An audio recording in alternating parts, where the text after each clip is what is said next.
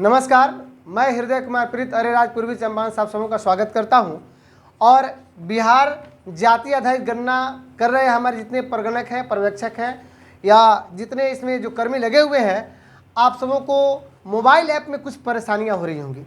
तो आज का जो विषय है वो मोबाइल ऐप को लेकर के है और मैं आप ही लोगों के द्वारा यूट्यूब पर मेरे क्वेश्चन पूछे गए हैं, लगभग 28-29 क्वेश्चन पूछे गए हैं। तो क्वेश्चन तो बहुत सारे पूछे गए हैं, लेकिन जो मैंने छांट के रखा है लगभग 29-30, इन सभी 30 प्रश्नों का उत्तर मैं आपको इसी वीडियो में दूंगा। और बने रहिए, क्योंकि आपके द्वारा क्वेश्चन पूछा जाता है। और मैं आपको ये गुजारिश करूंगा आपसे कि जब भी आप यूट्यूब पर मेरे कमेंट करते हैं तो अपने ज़िले का नाम ज़रूर लिखें और अपना नाम लिखें, अपने चैनल का नाम लिखें। और अगर आप मेरे चैनल पर नए हैं तो प्लीज़ मेरे चैनल को सब्सक्राइब कीजिए, लाइक कीजिए, शेयर कीजिए, कमेंट कीजिए और अपने दोस्तों को बताइए। तो मैं ये 30 प्रश्नों के उत्तर और मोबाइल ऐप में आपकी जो समस्याएं हो रही हैं उसका उत्तर मैं लेकर के हाजिर हूं। तो आप प्लीज़ वीडियो स्किप मत कीजिएगा, पूरा वीडियो देखिएगा। बहुत सारे लोग कम वीडियो देखते हैं, 20 मिनट का वीडियो है, 10 मिनट देखते हैं और कहते हैं कि ये इन्फॉर्मेशन कहाँ से आएगी। तो आप पूरी वीडियो देखें। और दूसरी चीज़ की एक हल्की सी एक इन्फॉर्मेशन आपके लिए है, चूँकि अभी जाति आधारित गणना चल रहा है। मैं आने वाले समय में बीएड एंट्रेंस के लिए, डीएलएड एंट्रेंस के लिए, सीटेट के लिए और प्रधान शिक्षक जो बीपीएससी के द्वारा भरा गया है उसके लिए भी मैं वीडियो लेकर के आऊँगा। तो चलिए हम सबसे पहले मोबाइल ऐप के बारे में मैं आपको बता रहा हूँ, उसके बाद आपके क्वेश्चन लेंगे।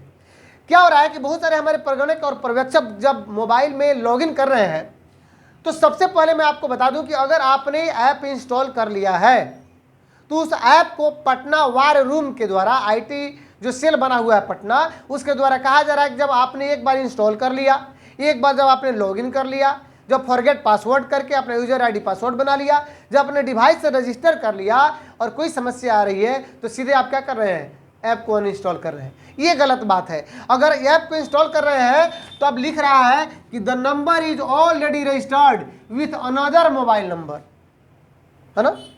तो ये गलती नहीं करना है। अगर आपने ऐप एक बार इंस्टॉल कर दिया बिजागा ऐप, तो फिर दूसरी बार उसको अनइंस्टॉल मत कीजिए। अगर इस तरह की समस्या आ रही है तो ये समस्या, चूंकि आप प्रगणक हैं या पर्यवेक्षक हैं, तो ना आप दूर कर सकते हैं, ना आपके आईटी मैनेजर दूर कर सकते हैं, चाहे वो चार्ज स्तर पे हो या जिला लेवल पे हो। ये समस्या सीधे आपसे लेकर के आपके नंबर को पटना भेज दिया जाएगा स्टेट आईटी के पास। और वहाँ पे जो बाय हुक एंड क्रुक कह रहे हैं कि हर हाल में पटना भेजना होगा, और वहाँ वार रूम बना हुआ है, उसी वार रूम में आपको ये वो लोग सोल्व करके, वहाँ के IT manager Patna war room में सोल्व करके आपको देंगे और तब जाकर के आपकी समस्या ये सोल्व होगी। दूसरी चीज़ की थोड़ा देख लेना है कि आपका कनेक्शन गुड है कि नहीं है, यानी इंटरनेट कनेक्शन की बात कर रहा हूँ कि एयरटेल, जियो या जिस कंपनी को आप चला रहे हैं, आइडिया, वोडा, जो भी हो, तो आप इंटरनेट कनेक्शन देख लें कि प्रॉपर वे में, गुड वे में है कि नहीं, गुड वर्क कर रहा है कि नहीं। लेकिन मैं आपको बता दूं कि बाय हुक एंड क्रुक यानी हर हाल में आपको इस ऐप को अनइंस्टॉल नहीं करना है। अगर ये समस्या आ रही है तो आप इसको अपने चार्ज पदाधिकारी के माध्यम से, आईटी मैनेजर के माध्यम से आप इसको पटना भिजवाइए और वहीं से इस समस्या दूर होगी। दूसरी समस्या जो है कि please use the mobile which was used during the registration. आप जैसे उसमें जा रहे हैं, लॉगिन कर रहे हैं, तो लिख रहा है कि आप वैसी उस मोबाइल को यूज कीजिए जो आपने रजिस्ट्रेशन के समय मोबाइल दिया था, यानी डिवाइस रजिस्टर हो चुका है। तो इस परिस्थिति में घबराने की बात नहीं, ये आप समस्या आप खुद सोल्व कर सकते हैं। क्या करना होगा आपको, तो क्लियर डाटा करना होगा, क्लियर कैचे करना होगा और फिर दोबारा लॉगिन करना होगा, है ना। मैं बताऊंगा कि कैसे लॉगिन कीजिएगा, कैसे लॉगिन कीजिएगा।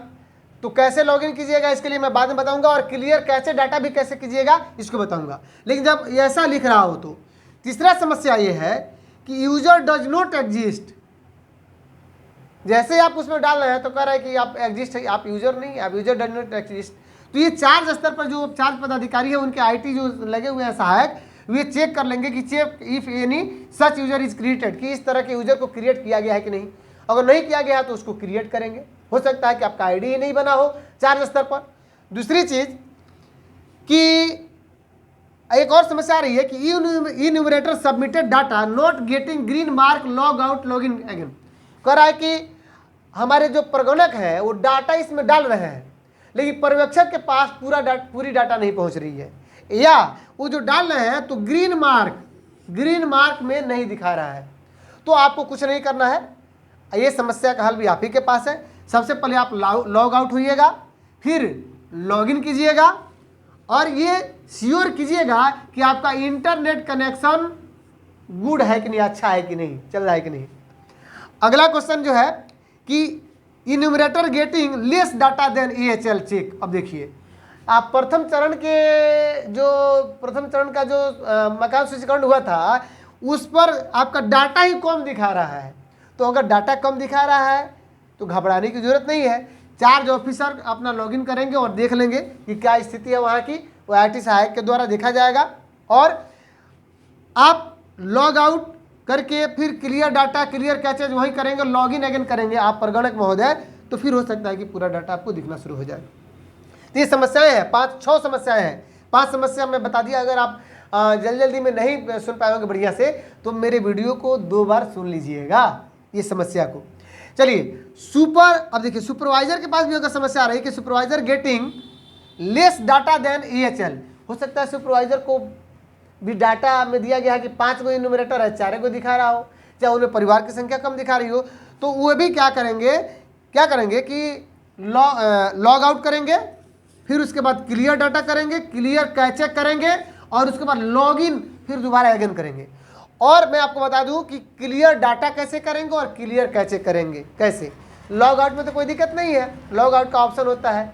अब जा करके देखिएगा जो ये बाएं साइड में 3 ठो ये होम का ऑप्शन होगा, उसी पर जाइएगा तो नीचवा जाएगा, प्रोफाइल में अपने जाइएगा तो लॉग आउट का होगा, लॉग आउट, तो इस पर टच कीजिएगा, लॉग आउट हो जाइएगा। और लॉगिन तो आप जानते हैं कि लॉगिन कैसे करनी है, आपको तो सब मालूम है आपको कि लॉगिन कैसे करनी है। चलिए अब मैं आपको बता रहा हूं कि क्लियर डाटा क्लियर कैसे करेंगे, और ये समस्याओं से जूझ रहे हैं तो कैसे करेंगे। मेरे वीडियो का स्किप मत कीजिएगा, क्योंकि आपके 30 प्रश्नों का उत्तर आपके नाम के साथ लेकर के हाजिर हूं, इसलिए बने रहिए।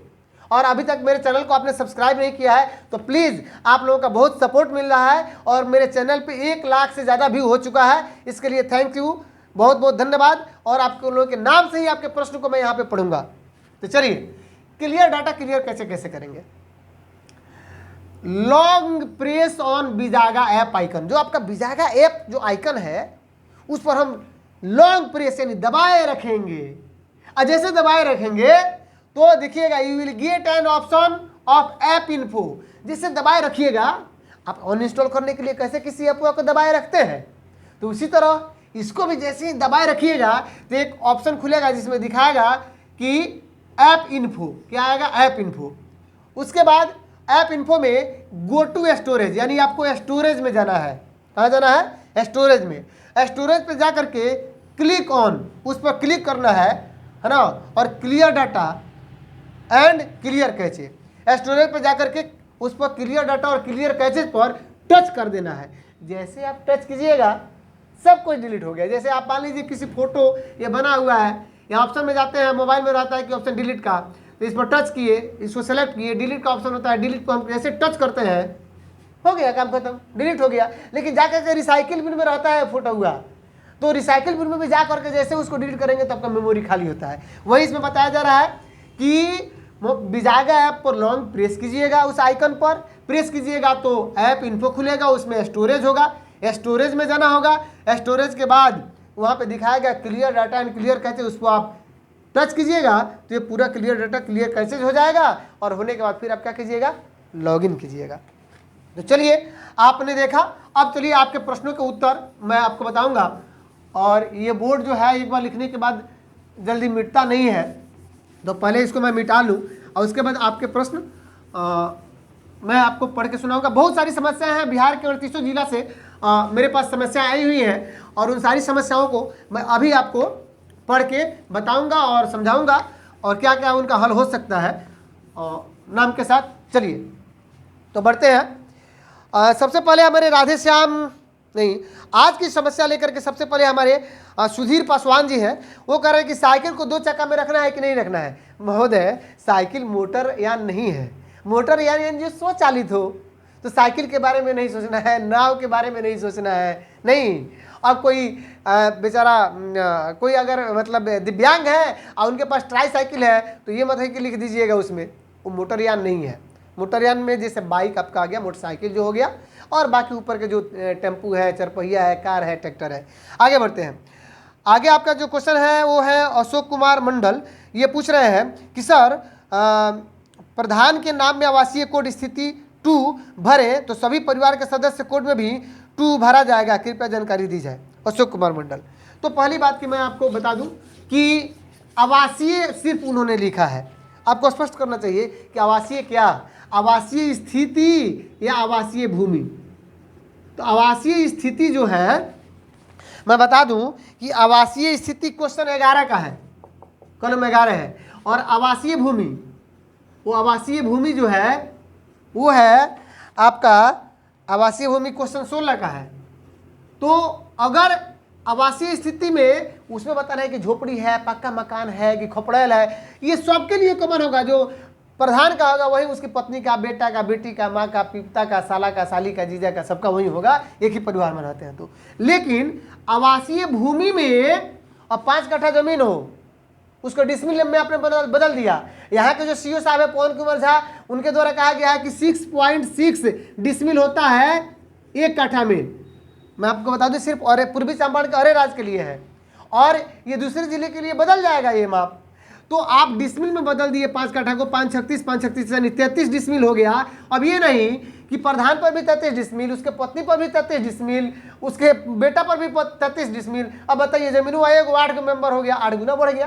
तो इसलिए आवासीय भूमि उन्हीं पर चढ़ाइएगा जो प्रधान होंगे। अगर रजिस्ट्री किया हुआ भूमि होगा, प्रधान के ऊपर तो चढ़ ही गया, और कोई हो सकता है उनका बेटा 1 कट्ठा शिक्षक है, डॉक्टर है, रजिस्ट्री अपने पत्नी के नाम से कराए हैं, तो पत्नी के नाम पर कराए हैं, तो उनके पत्नी के नाम के सामने जितना वो कराए हैं वो ब्यौरा आप दे दीजिएगा, देने में कोई दिक्कत नहीं है। चलिए, उसके बाद हमारे आज सॉल्यूशन एक चैनल वाले हैं, वो लिखते हैं कि नवजात या छोटा बच्चा का कार्यकलाप और सभी स्रोतों से आय क्या होगा सर। बहुत लोग 15 और 8 डाल रहे हैं। 15 मतलब कुछ नहीं नवजात के लिए, यानी 6 साल से कम, और 8 मतलब लागू नहीं।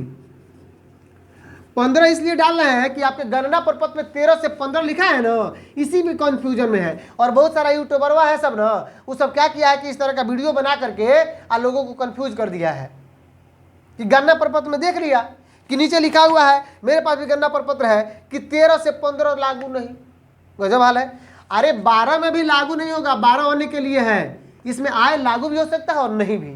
लागू किसके लिए होगा, मान लीजिए वृद्धा पेंशन कोई उठा रहा है, कोई शिक्षक है, डॉक्टर है, वकील है, सरकारी से रिटायर हुआ है और उसको पेंशन मिल रहा है 50,000, 60,000, 70,000, तो उसका आय आप दिखाइएगा कि नहीं दिखाइएगा, जरूर दिखाइएगा। लेकिन 6 साल से कम उम्र का बच्चा है, 5 साल, 4 साल, 3 साल, 2 साल, 1 दिन का बच्चा है, तो उसके लिए उसका आय दिखाना होगा नहीं, उसके लिए कोड लागू नहीं, एकदम भरिएगा, कोई दिक्कत नहीं है। लेकिन यहाँ 15 न भर करके यहाँ 12 होगा अन्य, ठीक है। अब वो 15 को परिभाषित मैं फिर से कर दे रहा हूँ कि 15 कुछ नहीं उन व्यक्तियों के लिए है जिनको 4 सप्ताह से काम नहीं मिला है, जो शारीरिक रूप से हिष्ट पुष्ट हैं, जो काम की तलाश कर रहे हैं। 1 दिन का बच्चा काम की तलाश करता है क्या जनाब, सोचिए आप ही। चलिए, अगला जो है वो आपको वंदना कुमारी है, वो लिख रही है कि सर यदि कृषि भूमि पिता के नाम पर है, उनके 2 पुत्र हैं, उनके परिवार अलग अलग है, माता पिता एक परिवार में, पहला बेटा दूसरा परिवार और दूसरा बेटा यानी तीसरा परिवार, तो माता पिता के कृषि भूमि में क्या होगा एवं उनके दोनों बेटों में क्या होगा, एवं आवासीय भूमि भी पिता के नाम से है। चलिए, आवासीय भूमि पिता के नाम से और एक ही में है, तो आवासीय भूमि चूंकि मकान है तो देना ही पड़ेगा, है ना, चूंकि उसमें ऑप्शन है, तो आवासीय भूमि तो नाम पे चढ़ेगा ही, जिसको जितना हिस्सा मिल रहा है उनके नाम पर हो या न हो, अगर मौखिक रूप से बंटवारा कर दिए हो। कृषि भूमि की जहाँ तक सवाल है, यही तो बंटवारा हो ही गया होगा, नहीं भी होगा तो चूंकि परिवार 3 हो गया है तो उनके नाम पर, सिर्फ प्रधान के नाम पर ही कृषि भूमि चढ़ाएंगे। दूसरा उनका सवाल है कि कृषि भूमि गांव में है और आवासीय भूमि दूसरे जगह, तो क्या गांव के कृषि भूमि की गणना होगी? बिल्कुल होगी। वो बिहार के किसी क्षेत्र में हो, वो दिल्ली में हो, पटना में हो, मुजफ्फरपुर में हो, कहीं भी अगर आपका जमीन है, आप दिखा सकते हैं कि आपके नाम पर, चूंकि आप चोरी तो नहीं कर रहे हैं, कर क्रेडिट में आय से अधिक वाला संपत्ति के मामले में आप कहीं जाइएगा तो नहीं। चलिए, तो मैं पहला बेटा दूसरा पे उनका कृषि भूमि में क्या होगा पूछ रही थी। कृषि भूमि में आप दिखा देंगे कि जितना होगा उतना। अगर पूरा पिताजी के नाम पर कृषि भूमि डाल दिए हैं परिवार में, तो उनका कृषि भूमि नील हो जाएगा। ये स्वविवेक वाली बात है। चलिए, अब ये हमारे शाहिद अहमद जी हैं, वो पूछ रहे हैं कि विद्यालय के रसोइया का कोड क्या होगा। अरे वो सरकारी रूप से नियोजित है या नियमित है, वो आंशिक मिल रहा हो या अधिक पैसा मिल रहा हो, उनका कोड माना जा रहा है सरकारी हो, मैंने उसको सरकारी की श्रेणी में रखा गया, इसलिए उनका कोड 01 होगा। रसोइया का भी, रात्रि प्रहरी का भी, आंगनबाड़ी का भी, सेविका सहायिका का भी, है ना। ये अब नथिंग चैनल वाले पूछ रहे हैं कि जो लोग यहाँ नहीं रहते हैं क्या उनको ऐप में नहीं रहते हैं सिलेक्ट करना है, बताया जाए सर। अगर जो परिवार के सदस्य नहीं रहते हैं तो ऐप में चूज करना होगा।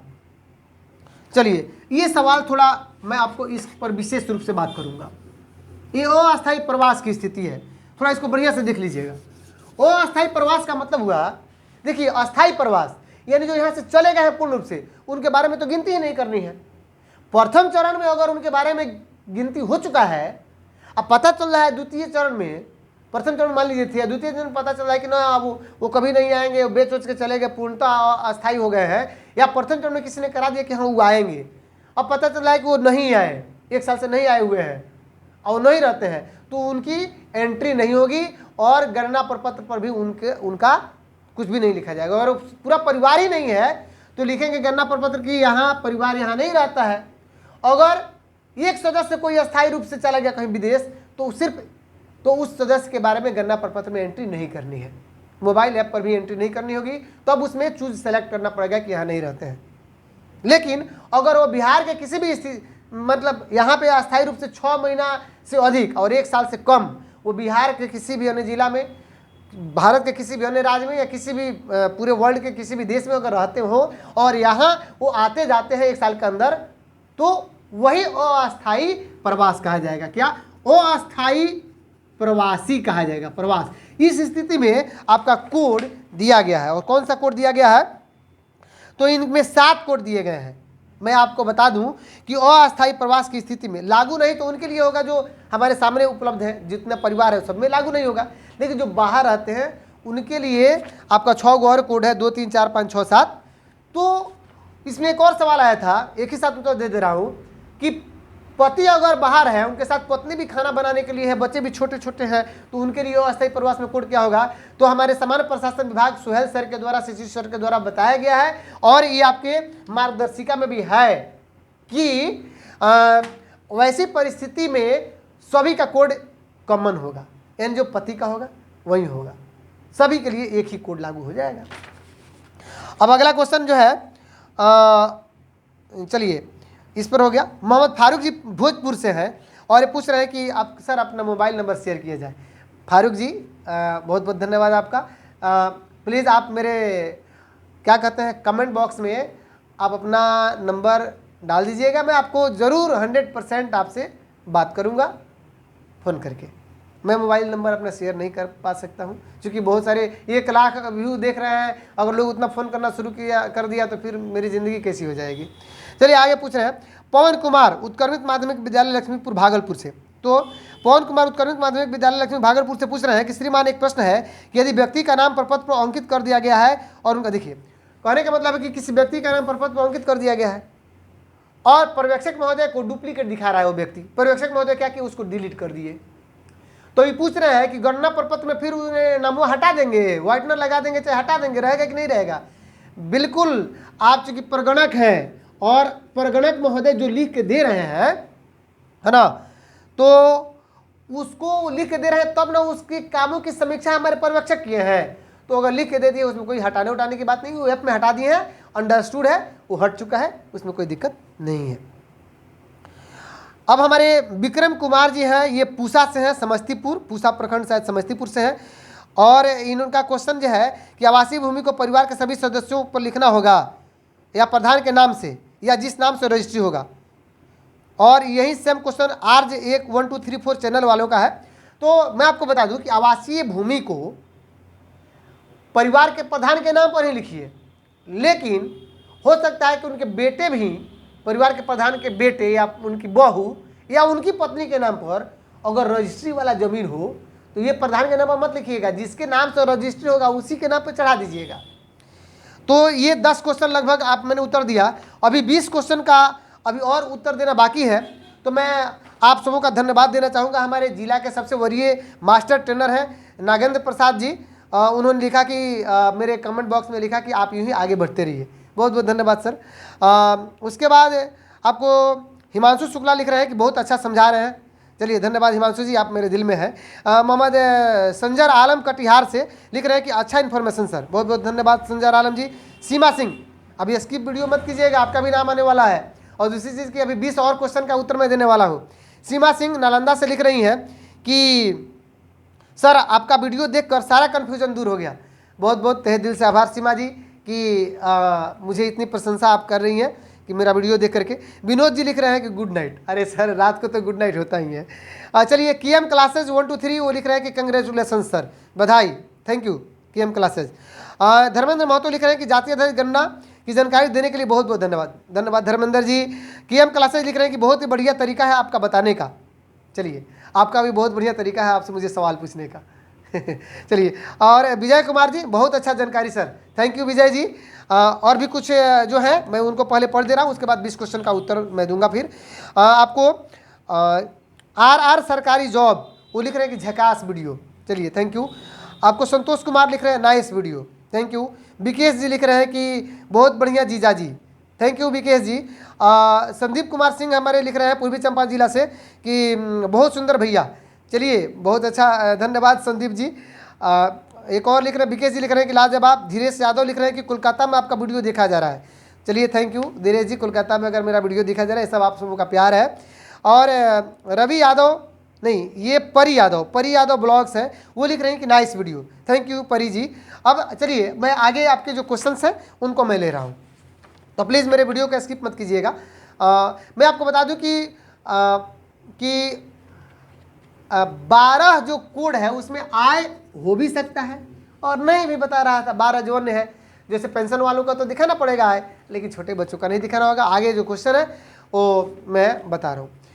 अब 10वां जो है, अब आगे का क्वेश्चन है जो पहले चरण में परिवार के मुखिया का बनाया गया, अब दूसरा सदस्य को मुखिया बनाने पर ऐप पर लोड नहीं हो रहा है। एकदम होगा, ऐप पर लोड होगा। अभी बातचीत हुई है मेरी 4 पदाधिकारी से, और ये पटना भी हमारे सोहेल सर से जो ग्रुप में जुड़े हुए हैं उनसे बात करेंगे। और कुछ लोगों के द्वारा सवाल पूछा गया कि जैसे डीलर का, मुखिया का, वार्ड सदस्य का, इनका कोड क्या होगा। तो देखिए कुछ ऐसे हैं जो अपना खेती बाड़ी अगर करते होंगे, कृषक होंगे, तो वो डाल सकते हैं ऑप्शन के रूप में। लेकिन अगर स्पेशल कोड की बात है तो उसकी विशेष चर्चा नहीं की गई है। लेकिन जो हमारे स्वरोजगार की श्रेणी में हमारे डॉक्टर आ जाएंगे, हमारे वकील आ जाएंगे, अगर सरकारी होंगे तो सरकारी दीजिए, या प्राइवेट होंगे तो स्वरोजगार की श्रेणी में आएंगे, क्योंकि सेवा प्रदाता है वो वकील साहब या डॉक्टर साहब। तो इस पर भी हम चार्ज पदाधिकारी से अपने अमित कुमार पांडे जी से अनुरोध किए हैं कि सर आप बात कीजिए वहाँ पे पटना, और वहाँ पे बातचीत होगी। चलिए पंकज कुमार जो है वो लिख रहे हैं कि रिटायर्ड एम्प्लॉई का कोड क्या होगा। अरे रिटायर्ड एम्प्लॉई का कोड 12 होगा अन्य। उसके बाद आपको आज की ताज़ा खबर, ये चैनल वाले हैं, लिख रहे हैं कि सर अप्रवास की स्थिति में बच्चे एवं पत्नी का कोड क्या होगा। मैं बता चुका हूँ कि सबका कोड वही होगा, सेम कॉमन कोड होगा अप्रवास की स्थिति में। सीमा सिंह लिख रही है नालंदा से कि अच्छा उन्होंने जी ये हो गया। अब ये आपको वीरेंद्र प्रसाद जी लिख रहे हैं कि बार बार लॉगिन करना पड़ रहा है। हो सकता है कि कुछ अभी ऐप पर काम भी चल रहा है, पोर्टल पे काम चल रहा है पटना से, तो कुछ समस्याएं हो, आप देखिए लॉगिन करके देखिए हो जाएगा। इंद्रजीत सिंह लिख रहे हैं कि अगर 15 नहीं तो 12 भी नहीं होगा। मैंने मुझे वो क्या कर रहा है, मेरा विरोध कर रहा है मेरी बातों का, कि 1 से 12 में आय दर्शाना होगा। सिर्फ व्हाट्सएप पर किसी पदाधिकारी ने 12 बोल दिया तो आप 12 लिखने लगेंगे, ये गलत बात है। तो इंद्रजीत जी इसके लिए मैं आपकी बातों को बिल्कुल जो आपने लिखा है वैसे ही पढ़ रहा हूँ। मैं बता चुका हूँ कि 12 क्यों होगा और 15 क्यों होगा। इस पीछे आप अगर अभी सुन रहे होंगे, देर से जुड़े होंगे मेरे वीडियो में, तो सुन लीजिएगा। और व्हाट्सएप वाली बात नहीं है, ये आपको जिला के हमारा जो क्या कहते हैं जो मार्गदर्शिका है, इसके 21 नंबर 21 नहीं, तो आपको बता दूं कि पूर्वी चंपारण जिला का जो है वो 19 नंबर पेज में लिखा हुआ है कि छोटे बच्चों को भी अन्य यानी 12 की श्रेणी में रखेंगे। तो चलिए आगे टेक बिहार चैनल वाले हैं, ये कह रहे हैं कि मुखिया का नाम आधार के अनुसार दर्ज करने के लिए कह रहा है। मैंने उसका नाम पहले लिखाया था कुछ और अब कह रहा है कि ना आधार के अनुसार हमारा दर्ज कीजिए। कर दीजिए जनाब, क्या दिक्कत है, आधार नंबर भी तो आपको मिल रहा है। चलिए, द्वारिका दास जी पूछ रहे हैं कि तांती तातवा जाति का कोड क्या होगा। देखिए, तांती और तातवा जाति का कोड अलग से तो दिया नहीं है, लेकिन मैं आपको बता दूं कि तांती और तातवा जाति का कोड जो होगा वो 112 होगा। मुझे याद है कि 112 होगा। जैसे कल किसी ने MBA का कोड पूछा था, तो मुझे याद है शायद MBA का कोड 38 होगा कि मास्टर जो मैनेजमेंट किया हुआ है। और तांती तातवा का कोड 112 होगा। और 112 की श्रेणी में इसलिए रखा गया है क्योंकि उसको मैं पढ़ के आपको बता दे रहा हूँ कि 112 में पान, सवासी और पानर जाति के लोग के अंदर ही तांती और तत्वा आता है, इसलिए उनका कोड होगा 112। और किसी महोदय ने मुझसे एक और कोड पूछा हुआ है कि चौहान जाति, बिहार में चौहान नोनिया जाति बोला जा रहा है, उनका कोड क्या होगा। तो उनका कोड होगा 103। मैं पहले ही पढ़ के बता दे रहा हूँ। और नूरुल होदा जी जो है मधेपुरा से हैं, और उन्होंने मुझे लिखा है कि बहुत बहुत धन्यवाद, अच्छा आप वीडियो बना रहे हैं। आंगनबाड़ी सेविका, सहायिका, आशा, रसोईया का कोड क्या होगा। अरे ये सब लोगों को आंशिक रूप से पैसा मिल रहा है। उन्होंने लिखा कि वे उदा किशनगंज से हैं और नूरुल होदा जी पर्यवेक्षक हैं, सुपरवाइजर हैं। तो मैं आपको बता दूं ये सब सरकारी की श्रेणी में आएंगे और इनका कोड सरकारी की श्रेणी में जो है वही होगा। सरकारी की श्रेणी में आपका कोड जानते हैं, कार्यकलाप का क्या है, 1 है। उसके बाद रवि कुमार हैं, अच्छा डीलर वार्ड, आपका मैं खबर पहुंचा चुका हूं सुहेल सर के पास। रवि जी, मनोरंजन कुमार हैं, प्रधान को कैसे बदले। अरे जनाब, आप गन्ना प्रपत्र में जैसे उनका नाम लिखेंगे वो किसी क्रम पे हो सकते हैं, तो उनका जो लिख रहा है वहाँ पे क्या कहते हैं कि परिवार के प्रधान से संबंध, तो प्रधान स्वयं 01 कोड दे दीजिएगा, है ना, जो 3 नंबर क्वेश्चन है, हो गया। और मोबाइल ऐप में भी उनको दे दीजिएगा, क्या दिक्कत है। आपके अमृता कुमारी हैं, वो लिख रही है कि सर संगठित क्षेत्र को प्राइवेट नौकरी और संगठित क्षेत्र को प्राइवेट नौकरी में अंतर स्पष्ट करें। बिल्कुल संगीता जी, अमृता जी आप बने रहिए, क्योंकि आपका क्वेश्चन थोड़ा बड़ा है तो इसका उत्तर मैं अंतिम में दूंगा। हमारे नगेंद्र जिला के वरीय मास्टर ट्रेनर हैं, उनका कहना है कि आवासीय भूमि को और क्लियर करने की आवश्यकता है। जी सर, मैं इसको और क्लियर करके बताऊंगा नेक्स्ट वीडियो में। वीरेंद्र प्रसाद जी कह रहे हैं कि सर चौहान जाति, अच्छा वीरेंद्र जी, तो आपका बिहार में नोनिया जाति, आपका तो उत्तर मिल गया है वीरेंद्र प्रसाद जी की 103 कोड होगा। उसके बाद हमारे RR सरकारी जॉब चैनल वाले कह रहे हैं कि सर पहले प्रथम चरण की गणना में रविंदर कुशवाहा लिखवाया, अब रविंदर कुमार कुशवाहा लिखने के लिए कह रहा है और प्रमाण दे रहा है। क्या दिक्कत है सरकारी जॉब वाले सर, चैनल वाले, लिखिए उसको। जब कह रहा है, जो वो आपको डॉक्यूमेंट्स दे रहा है, दस्तावेज दे रहा है, तो लिख दीजिए, कोई दिक्कत नहीं है। चलिए, वाह गिटार एक चैनल वाले हैं, वो कह रहे हैं कि मेरा जवाब मेरे कमेंट में, अच्छा वो वाह गिटार वाले जो है, देखिए वे कुछ लोग जब सवाल पूछ रहे हैं ना, उनका जवाब हमारे वाह गिटार वाले भी दे रहे हैं और बिल्कुल सही जवाब दे रहे हैं। जैसे हमारे प्रवीर जी जो कोई SK चैनल से हैं पश्चिमी चंपारण से, उन्होंने जवाब दिया था। तो इन दोनों का स्पेशली थैंक्स कि आप सही जवाब दे रहे हैं। मेरे चैनल पे सही जवाब ही दीजिएगा, क्योंकि विश्वसनीयता सबसे बड़ी चीज़ होती है। अब प्रीति देवी जो है MS बेखस से हैं, अब पता नहीं MS बेखस प्रीति देवी जो है और कहाँ से है, कि ये वीडियो पहले आना चाहिए था। चलिए धन्यवाद, उनका कहना है कि ये वीडियो बहुत अच्छा है, ये वीडियो पहले आना चाहिए था, तो शायद कुछ काम उन्होंने कर लिया होगा। धनंजय कुमार लिख रहे हैं कि डॉक्टर MLC, मैं बता चुका हूँ डॉक्टर MLC का। निधि शेखर रोहतास से लिख रही हैं कि मास्टर ब्लास्टर उनका चैनल है, और लिख रहे हैं कि LKG UKG के बच्चों का विकल्प और कोड क्या होगा। मैं बता चुका हूँ कि आप विकल्प में लिखिए 12 अन्य और उनका आय का कोड में 8 दीजिए, लागू नहीं, कोई दिक्कत नहीं है। संजय कुमार जी लिख रहे हैं कि 12 में आय हो भी सकता और नहीं भी, बिल्कुल संजय जी, बहुत बहुत धन्यवाद। अब चलिए, अमृता कुमारी, जो कुमारी अमृता हैं, जो संगठित क्षेत्र पर चर्चा की थी, तो मैं पहुंच रहा हूं संगठित क्षेत्र पर। और चूंकि संगठित क्षेत्र में प्राइवेट नौकरी, इस पर मैं बातचीत करूंगा कि क्या होगा। और मैं आपको बता दूं कि संगठित क्षेत्र में इस पर मैं विशेष रूप से पढ़ के आपको बताऊंगा। और अगर आपने मेरे चैनल को अभी तक सब्सक्राइब नहीं किया है तो प्लीज़ हाथ जोड़ के प्रार्थना है, मेरे चैनल को सब्सक्राइब कीजिए, लाइक कीजिए, शेयर कीजिए, कमेंट कीजिए। आप ही के बदौलत मैं आगे बढ़ रहा हूँ। चलिए, तो कुमारी अमृता जी आप अपने सवालों का जवाब लीजिए। देखिए, ये मैं पेज नंबर 17 पूर्वी चंपारण में जो मार्गदर्शिका दिया गया है उसके पेज नंबर 17 में लिखा गया है कि संगठित क्षेत्र में प्राइवेट नौकरी से अभिप्रेत है, मैंने आशय है कि किसी भी कल कारखाना, संस्थान, दुकान, प्रतिष्ठान इत्यादि में कार्य करने वाले ऐसे व्यक्ति जो भविष्य निधि यानी PF या कर्मचारी राज्य बीमा या दोनों से आच्छादित है। विभिन्न सरकारी संस्थानों में आउटसोर्सिंग के माध्यम से कार्यरत कर्मी जैसे data entry operator, IT boy, IT girl, कार्यपालक सहायक आदि इस कोटि के अधीन माने जाएंगे, बशर्ते कि वे भविष्य निधि तथा अथवा कर्मचारी राज्य बीमा से आच्छादित हो। तथा या अथवा मैंने दोनों में से कुछ भी हो सकता है। आच्छादन का अर्थ है कि उक्त व्यक्ति को यूनिवर्सल अकाउंट नंबर यानी UAN, हमारे बिहार में जितने टीचर हैं सबका UAN नंबर है और उसमें रुपया 1800 कटता है ना। तो जिनका UAN नंबर या ESIC नंबर आवंटित किया गया हो वो उसमें जिनको मिला हो वो संगठित क्षेत्र में प्राइवेट नौकरी में संगठित क्षेत्र है ना, संगठित क्षेत्र में प्राइवेट नौकरी वाले हैं। अब आइए असंगठित यानी जिनको UAN नहीं मिला हो, ESIC नहीं मिला हो, मैं पढ़ के आपको बता दे रहा हूँ कि असंगठित क्षेत्र में प्राइवेट नौकरी की श्रेणी के अधीन वैसे व्यक्ति माने जाते हैं जो किसी भी कल कारखाना, दुकान, प्रतिष्ठान, कार्य क्षेत्र आदि में कार्य करते हो और जो भविष्य निधि अथवा ESIC से आच्छादित नहीं हो, वैसे व्यक्ति को असंगठित क्षेत्र में कार्य करने वाला माना जाएगा। ऐसे व्यक्ति सामान्यतः छोटे मोटे कल कारखाने, दुकान, गैराज, प्रतिष्ठान आदि में काम करते हैं। घरेलू कामगारों को भी इसी कोटि में रखा जाएगा। और संगठित क्षेत्र के अधीन वैसे भी उद्यम सम्मिलित है जो स्वरोजगारी व्यक्ति या व्यक्तियों के समूह द्वारा स्थापित हो तथा उत्पादन सेवा प्रदाता का कार्य करता हो। तो इस प्रकार कुमारी अमृता जी, थैंक यू, और हमारे सभी चाहने वालों को दिल से धन्यवाद। मिलते हैं अगले वीडियो में, तब तक मेरे इस चैनल को लाइक, शेयर, कमेंट जरूर कीजिएगा और नई सब्सक्राइब किए होंगे तो सब्सक्राइब कीजिएगा। Thank you.